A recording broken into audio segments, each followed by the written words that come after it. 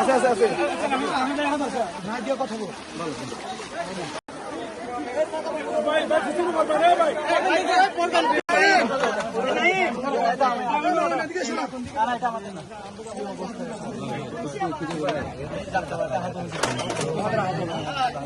ঢাকা থেকে আজকে আসছি।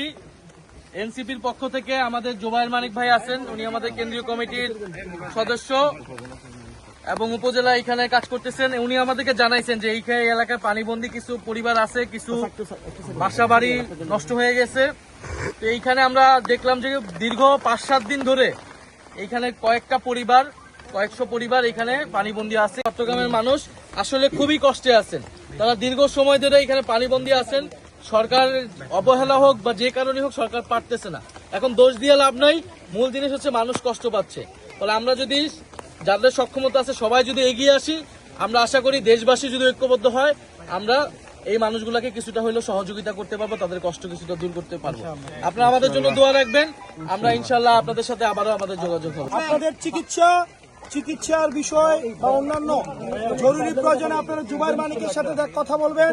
জুবায়ের মানিক এই বিষয়গুলোতে আমরা আমাদের পার্টি থেকে উনি সহযোগিতা করার সর্বোচ্চ চেষ্টা করবেন। এগুলো একটু দেখতে চাইতেছি, স্থানীয় এমপি বা সরকারি যোগাযোগ করছিল বা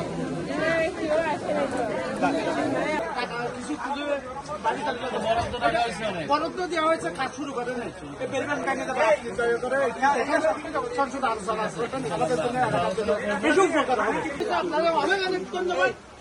এই কাজটা যদি আপনারা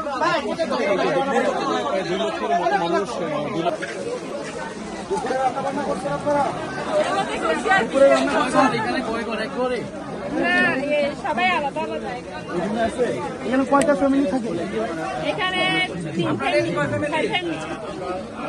ফ্যামিলি।